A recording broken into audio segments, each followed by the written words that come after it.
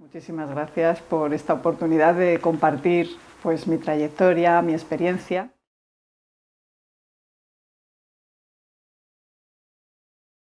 Entonces me presento, me llamo Carmen Alba Pastor, soy catedrática en la Facultad de Educación de la Universidad Complutense de Madrid, en el departamento, en el área de Didáctica y Organización Escolar. Y la verdad es que cuando me habéis invitado a hacer esta entrevista, pues tiene una aportación, y es que me ha ayudado o me ha puesto en situación de tener que mirar mi trayectoria. Y claro, cuando estás viviendo cada día tienes la sensación de que empezaste ayer. Y no, hace ya bastantes años que empecé. Primero estudié pedagogía en la Universidad Complutense y movida por la ilusión de trabajar en educación. Y me gustó cuando vi que había una carrera que se llamaba Ciencias de la Educación, fue como un flash. Dije, sí, esto es lo mío. Yo estaba en movimientos de asociaciones juveniles y entonces pues ahí empieza mi trayectoria en el ámbito no formal. Y hice la carrera en un momento muy interesante, donde por una parte la educación estaba todavía en un momento de transición y había muchísima ilusión por la innovación, había muchos movimientos de renovación, la facultad era un hervidero de actividades, jornadas de pedagogía, porque queríamos cambiar el mundo con la educación. Entonces eso dejó una huella muy importante en esa actitud de que la educación no era repetir las cosas, sino que nosotros queríamos que cambiara y hacer cosas para que cambiara. Cuando terminé la carrera, primero estuve trabajando en unos centros unas residencias para estudiantes en situaciones de marginalidad o de dificultad, con lo cual era un internado. Y a partir de ahí tuve la oportunidad me contrataron para ir a trabajar a las escuelas públicas de la ciudad de Nueva York como maestra de educación especial bilingüe. Y eso me puso en contacto con un mundo que yo desconocía totalmente en mi formación. Aunque cursé la asignatura de educación especial, el contexto y la formación era como muy distante de lo que vemos ahora. Eran centros que tenían una función muy asistencial. Y empezaban a intentar tener un discurso más educativo, pero tenían una función muy asistencial. Y yo me encontré en Nueva York con un centro donde había aulas, en un centro ordinario había aulas donde había estudiantes con problemas de aprendizaje, algo que todavía yo no conocía en mi formación, allí lo descubrí. Y de hecho, una de las aulas estaba haciendo una actividad en la que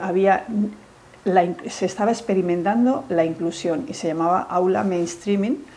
que era una estudiante que estaba haciendo su tesis doctoral para validar ese modelo de mainstreaming, es decir, que había estudiantes con necesidades de aprendizaje específicas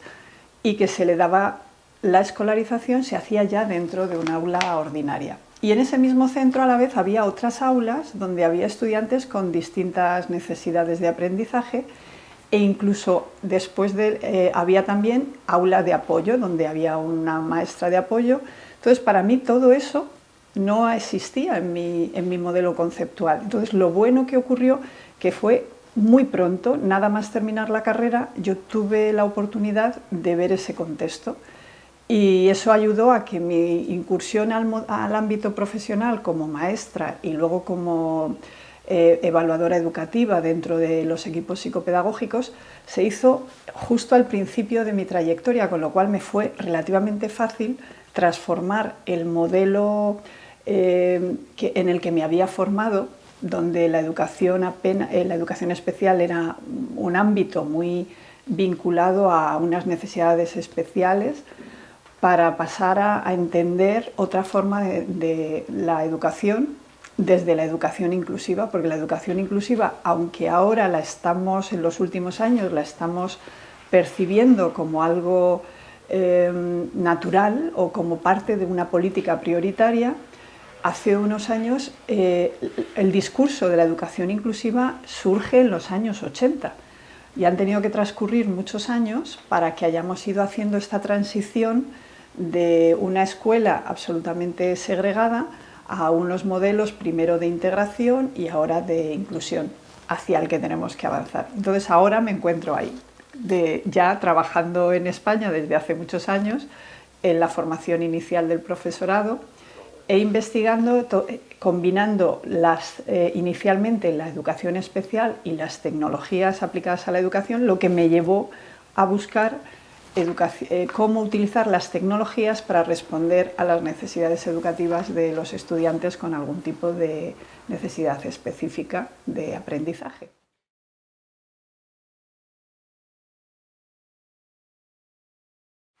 La educación para todas y para todos. Realmente, desde que aparece como objetivo en Naciones Unidas, pues ha hecho como que tomáramos mucho más conciencia de este planteamiento, y la reflexión a la que me ha llevado es que no hay educación de calidad si no pensamos en todos los estudiantes. Ningún sistema educativo, ninguna educación puede pensar solamente aunque sea la mayoría, en la mayoría. Entonces, todas y todos significa que la educación tiene que dar respuesta a cada uno de los estudiantes, que no tiene por qué ser la misma respuesta, pueden ser respuestas adecuadas a las necesidades de cada niño, de cada niña, de cada joven. Y esto me lleva entonces a un planteamiento que ya hemos escuchado y compartimos, y es que si la educación es de calidad, tiene que incorporar a todos los estudiantes con respuestas adecuadas a sus necesidades, capacidades, etc. Entonces, eso ha sido un gran aprendizaje, el romper con la estructura de la educación para la mayoría y luego otra educación.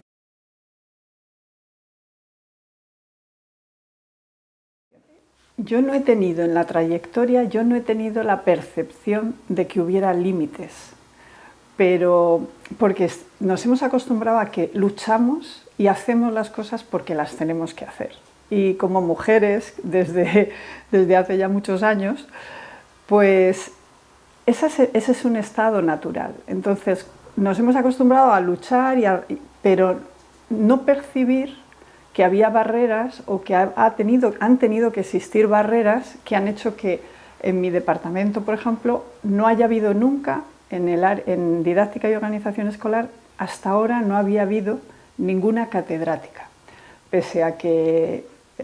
pues, el origen estamos hablando de los años 70, 80. Ha habido muchos catedráticos, pero ninguna catedrática. ¿Cuál ha sido el proceso de generación de ese tipo de trayectorias? Pues no es muy explícito. Yo creo que son mecanismos muy invisibles, pero que determinan claramente que la trayectoria de las mujeres pues se encuentra con techos o con dificultades añadidas que algo ha tenido que ocurrir para que ninguna mujer antes que yo lo haya podido hacer. Existe en este momento una disociación entre la formación de los docentes y el mundo educativo, aunque existen alguna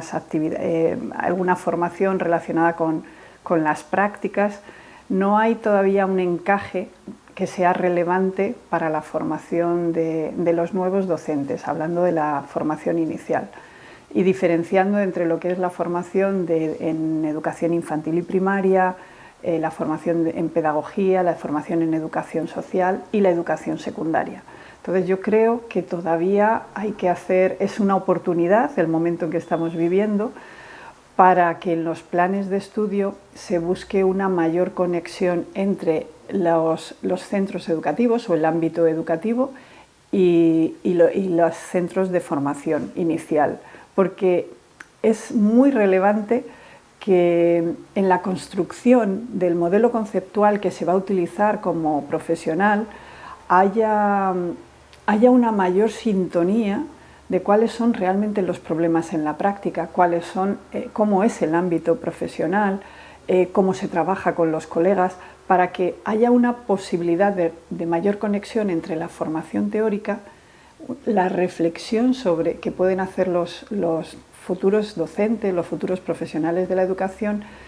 y el ámbito profesional, porque ahora hay una disociación. total. Entonces yo creo que en ese sentido tenemos que buscar mecanismos para que la conexión con el ámbito profesional sea más intensa, más extensa y más dialogada entre la formación que se está haciendo en la universidad con la participación del ámbito profesional y conexión de nuevo con el ámbito profesional. O sea, tendría que haber ciertas asignaturas o ciertos planteamientos que a lo largo de todo el curso haya este tipo de iteración, ¿no? De estudio esto, a la vez estoy en el ámbito profesional, esto me genera unos interrogantes que puedo darle respuesta dentro de las aulas porque lo vivo y lo puedo conectar. Y yo creo que esa ruptura no es buena. Y por otra parte creo que que la formación del profesorado requeriría grupos más pequeños, o sea, no tan grandes, para poder trabajar más en diálogo con los estudiantes, con la práctica, y no un poco, hay muchas asignaturas que, claro, no llegas a poder conocer a los alumnos. Otro elemento que me parece relevante es la fragmentación del conocimiento científico y profesional, o sea, damos píldoras de información muy intensa y no hay posibilidad de que eso se incardine, porque ni hay tiempos, con los nuevos calendarios académicos también creo que propician poco esos procesos por la intensificación en periodos muy cortos, y no hay materias que se puedan estudiar con profundidad, elaborar, o sea, las materias fundamentales, no ya de especialización, pues yo creo que deberían ser anuales, porque hay un componente del aprendizaje que se ha devaluado, que se ha despreciado, que es el tiempo. El tiempo se necesita para pensar, para estudiar, para reflexionar, para interaccionar. Hay contenidos que es que no da tiempo a procesarlos. Entonces el tiempo yo creo que tendría que ser un aliado del aprendizaje. Y en estos momentos, con la fragmentación de asignaturas, con la estructuración de asignaturas en periodos cortos, intensos, incluso no tienes ya la ventaja que teníamos antes del mes del verano para reflexionar, para elaborar, pues yo creo que la formación del profesorado requeriría unos planteamientos más basados además en la evaluación de los propios profesionales, en comunicación con los profesionales en la práctica educativa, que buscaran realmente justificar que la formación de los profesores futuros responde a las necesidades que se tienen profesionales cuando se van a incorporar al ámbito. No solo asignaturas que muchas de ellas las tenemos por tradición, y que a lo mejor no es que haya que eliminarlas, sino como que habría a lo mejor que reconfigurar su estructuración. Pero eso es difícil, ¿eh?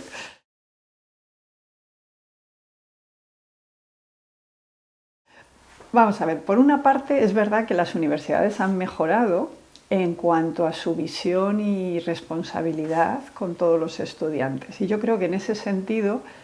empieza a haber una cierta accesibilidad, empieza a haber un cierto acceso de estudiantes con distintas capacidades o diversidad funcional en la universidad. Y eso es un logro fabuloso, demasiado pequeño, porque son muy poquitos los estudiantes que llegan a la universidad. Lo que seguramente nos está indicando que el proceso de acceso a la universidad, esa transición por todo el sistema educativo, no responde seguramente a las capacidades de muchos estudiantes que se quedan en el camino, porque todavía hay muchas barreras para llegar. Y dentro de la universidad creo que es un concepto más voluntarioso que realmente una realidad. Entonces hay políticas en cada universidad intentando mejorar con servicios para estudiantes que tengan algún tipo de necesidad específica derivada desde enfermedad mental a algún tipo de diversidad funcional, motórica, sensorial. Pero es que los profesores que estamos en la universidad, nuestra perspectiva generalmente replica modelos que son tradicionales y que no tienen en cuenta pues, la flexibilidad para que se pueda construir el aprendizaje y se pueda desarrollar y formar profesionales con diferentes itinerarios, no porque haya que formar, eso suponga ni bajar los niveles ni nada, sino flexibilizar los procesos, flexibilizar las trayectorias, esa transición por la formación. Y ahí yo creo que se están dando pasos y vemos algunos casos periódicamente, van mejorando, pero todavía hay, no solo en la universidad, sino la transición por el sistema educativo todavía creo que hay muchas barreras y puede ser bastante excluyente, a juzgar por los poquitos casos que tenemos todavía.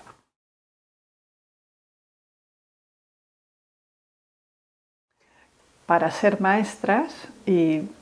bueno, primero que sean buenas maestras, que quieran ser buenas maestras y que no le tengan miedo a algo que tiene que ser una constante en su vida profesional, y es el estudio y la reflexión sobre su trabajo y el cuestionamiento sobre qué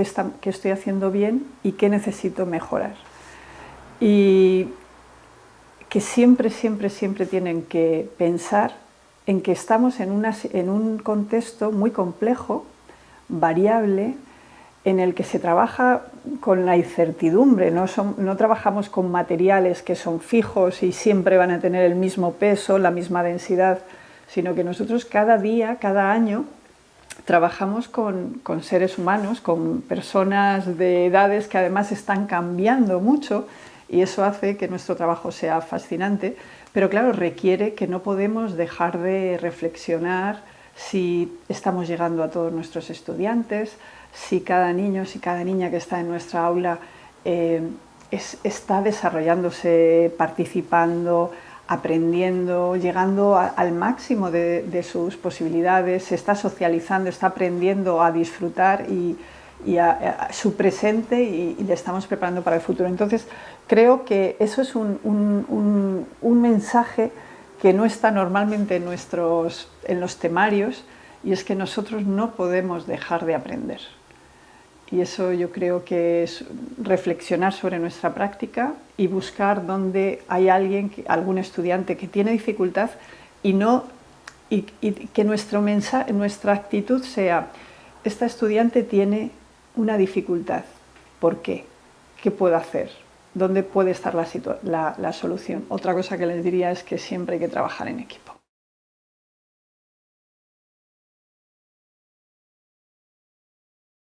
Mi descubrimiento del DUA fue accidental. No es algo que yo buscara porque sabía que existía, sino que en esa búsqueda de formación permanente, pues yo quise hacer una estancia en el CAST, porque ellos trabajaban en cómo utilizar las tecnologías para responder a las necesidades educativas de los estudiantes. Entonces, cómo a través de las tecnologías se diseñaban materiales para que todos los estudiantes pudieran acceder a los contextos y a los procesos de aprendizaje. Y en esa visita, este centro está en Boston, cerca de Boston, y los investigadores están relacionados con la Universidad de Harvard. Entonces, aprovechando una estancia en Harvard, pues contacté con el centro y traté de hacer esa visita. Y estando allí, justo estaban trabajando y me presentaron, y dice, bueno, pues lo que estamos trabajando ahora son estas pautas, es este nuevo modelo.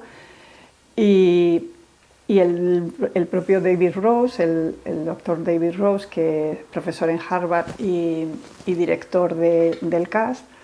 pues me facilitó unos textos para que lo leyera. Y fue como,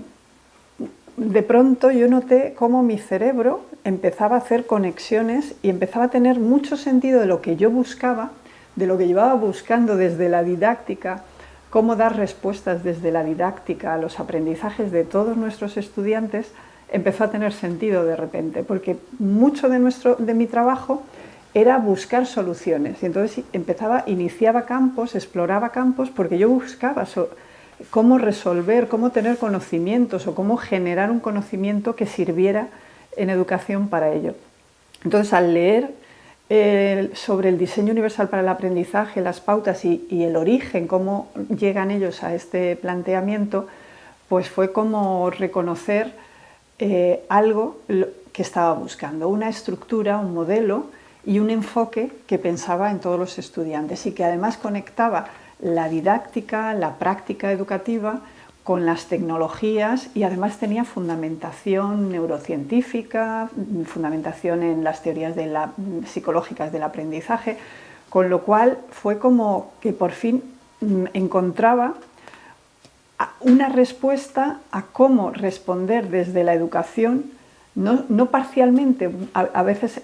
la búsqueda de las tecnologías me llevaba demasiado hacia el mundo de las tecnologías y esto era como, no, la respuesta la quiero dar desde la educación, desde el currículum y además desde la didáctica. O sea, reivindicar, yo diría, reivindicar la enseñanza. Y eso para mí ha sido como, a partir de entonces, entender que mi ámbito de trabajo, donde yo puedo contribuir como profesora, como catedrática dentro de la didáctica y la organización, es porque generamos un conocimiento que aporta a la educación desde la didáctica, desde la enseñanza, y reivindicar el papel de la enseñanza como la clave para poder dar respuestas y crear situaciones de aprendizaje para todos nuestros estudiantes. Entonces, eso es lo que me ha aportado el DUA, un marco para poder pensar y manejar esta complejidad con un dominio del conjunto, que eso me parece que es muy excepcional.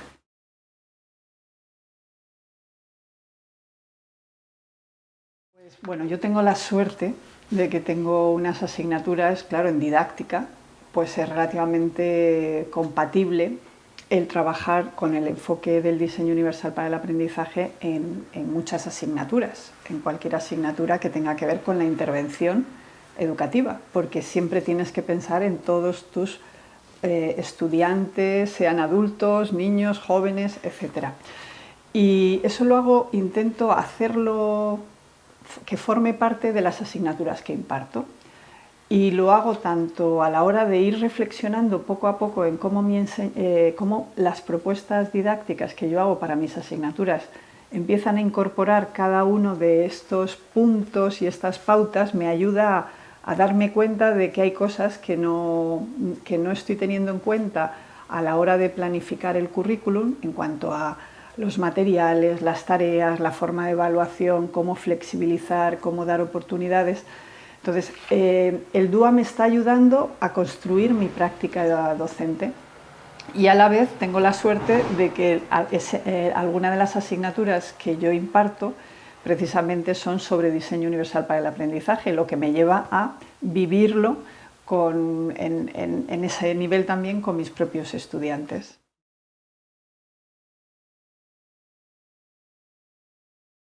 Es un modelo de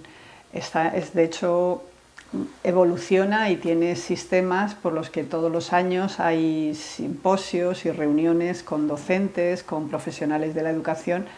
para ir mejorando el modelo. Es un modelo muy joven.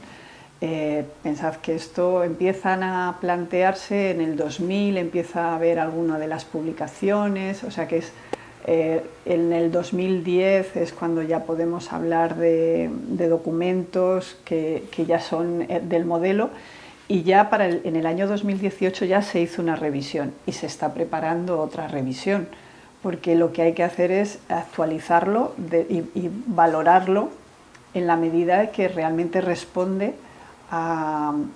la situación de la educación. El DUA no nace como una teoría que alguien quiere llevar a la práctica, sino que una de las cosas valiosas que tiene es que se basa en el estudio de la práctica educativa. Y entonces, a partir de la práctica educativa y analizando las distintas dimensiones que las investigaciones y los docentes señalan o apuntan que les sirven para responder a todos los estudiantes, para responder a la diversidad, para responder a necesidades específicas, es a partir de todo ese conocimiento, organizar todo ese conocimiento en dimensiones que sean o categorías que son relevantes, lo que genera el modelo. No se construye desde la teoría y ahora vamos a ver si luego practicamos, sino qué es lo que existe en la práctica. Entonces, por eso hay dimensiones que seguramente se redimensionen o se reconstruyan a partir de la experiencia de los docentes con el DUA o con la práctica directamente.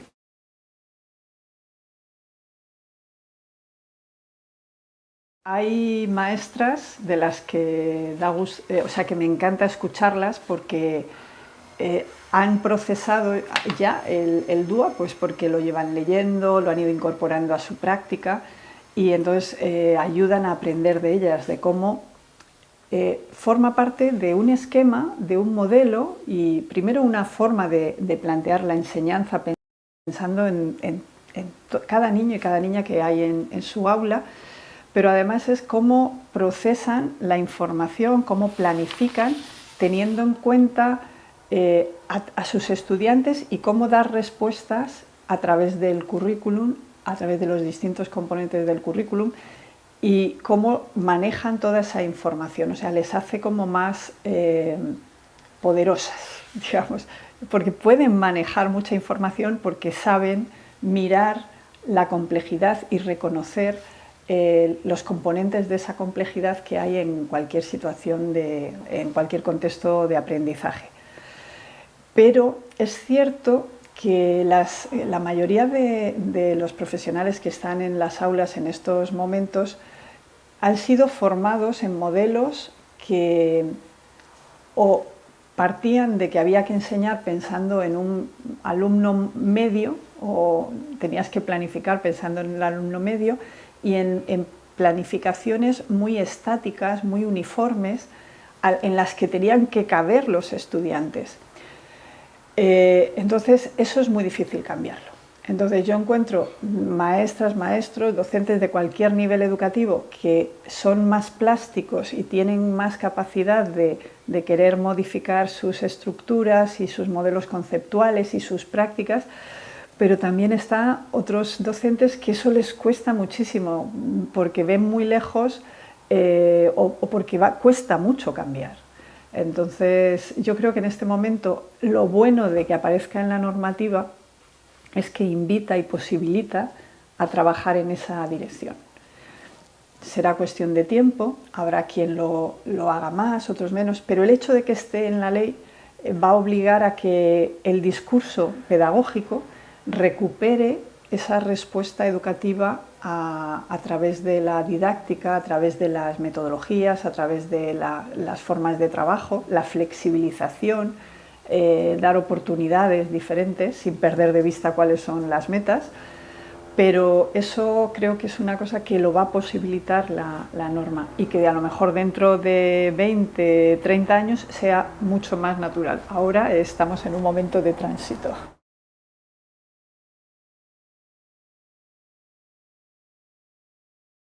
Tengo la suerte el privilegio y mi decisión responsable cada año de que mi actividad como profesora en la universidad siempre elijo tener alumnos en prácticas, tutelarlos, porque eso me ayuda, me da el privilegio de poder tener la obligación de ir a visitar centros y aulas donde están esas maestras y esos maestros. Y eso es un privilegio, porque a veces en la universidad te puedes enrocar en tu clase, pero el ir me permite darme cuenta de cuáles son las situaciones que viven en la práctica y cómo le dan respuesta. Entonces aprendo, pues en cada visita aprendo porque ves cómo gestionan el aula, qué metodologías ponen en práctica, escuchas sus reflexiones de por qué hacen las cosas de una manera o de otra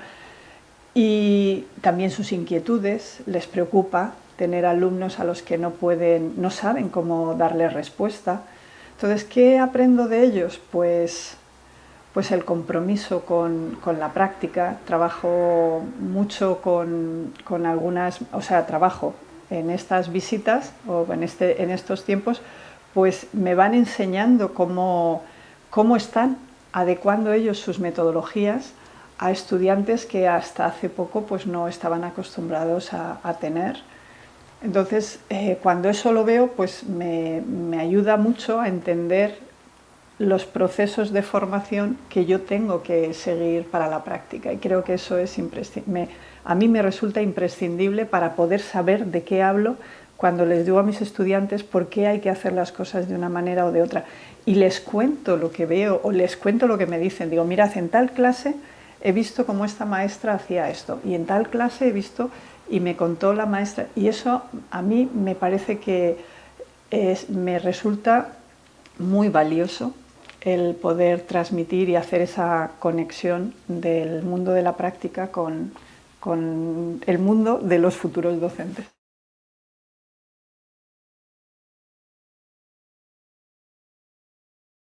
Bueno, voy a ser un poco tendenciosa, como yo trabajo en el diseño universal para el aprendizaje y en este momento es un imprescindible para cualquier educador, para cualquier maestra, cualquier docente en cualquier nivel educativo, porque la ley les está diciendo hay que pensar teniendo un marco de referencia a la hora de trabajar, y que lo vamos a poder compartir, porque por primera vez no estamos hablando de que ahora se pone de moda la neurociencia y entonces todos hablamos de neurociencia, pero luego se pone de moda otra temática, entonces cambiamos de temática y se nos olvida el otro, sino que vamos a poder compartir un modelo estable sobre el que trabajar. Entonces yo recomendaría pues una lectura muy de introducción, pues para entender el modelo. Es una lectura que es de acceso muy sencillo porque está publicada por la revista Participación Educativa, que es la revista del Consejo Escolar del Estado, y que está dedicado, un artículo dedicado a qué es el diseño universal. Y ese lo escribí hace unos años y yo creo que ese lo recomendaría, porque primero por la revista donde está, que es una revista de todas y todos, y porque es una introducción al modelo global. En segundo lugar, en una página web que se llama Educadúa, que tenemos pues a partir de un proyecto de investigación que hicimos en el año 2011, es una página donde todos los documentos que hay son sobre diseño universal para el aprendizaje y son accesibles, son gratuitos, son de descarga. Hay un texto que para aquellas personas que quieran seguir leyendo un poquito más, ese texto también son las pautas sobre el diseño universal para el aprendizaje, publicado por el CAST, pero que nosotros les pedimos autorización y ellos nos apoyaron, hicimos la traducción al español. Entonces, ese texto del CAST del 2011 que hemos adaptado a la versión del 2018, sobre las pautas del diseño universal para el aprendizaje, creo que también es un texto de fácil lectura y que una vez que se termina de leer se puede empezar a trabajar con cierta autonomía, y además se tienen muchos ejemplos y muchas referencias de cómo dar respuestas a la diversidad en nuestro aula. Y habría un tercer texto que a mí me gusta porque tiene, y se vincula además con la revista Márgenes, y os va a gustar. Y es un texto que escribieron en el año 2000 los fundadores del CAS y autores de lo que es el diseño universal para el aprendizaje, que son el profesor David Rose y la doctora Ann Meyer, que tiene por título El futuro está en los márgenes. Es maravilloso cómo en una frase tan sencilla nos están dando una de las claves de la educación. ¿Qué se defiende o a qué se refiere que el futuro está en los márgenes? Se refiere a que en educación lo que nos hace mejorar son esos estudiantes que no están dentro de la norma. Porque esos son los estudiantes que nos retan a buscar soluciones, a pensar cómo tendríamos que hacer las cosas para que ellos pudieran aprender. Entonces ellos nos apuntan dónde están las barreras, ellos nos apuntan dónde están las dificultades. Por eso, esos estudiantes que están fuera de la norma, en los márgenes de la curva normal, son los que nos marcan hacia dónde tenemos que avanzar en el futuro, dónde tenemos que mejorar. Por eso a mí esa lectura fue una lectura emocionante, cuando yo empecé a entender que había que mirar y pensar fuera de la norma y pensar que nuestra clase no solamente están esos estudiantes que son lo que vemos, la imagen principal, sino que los que nos están enseñando dónde tenemos que mejorar son los que están fuera de esa imagen, son los que están pero que son parte de nuestra clase. Entonces, para mí esa lectura fue muy emocionante y si alguien la quiere leer, yo creo que es un artículo que es también de acceso libre.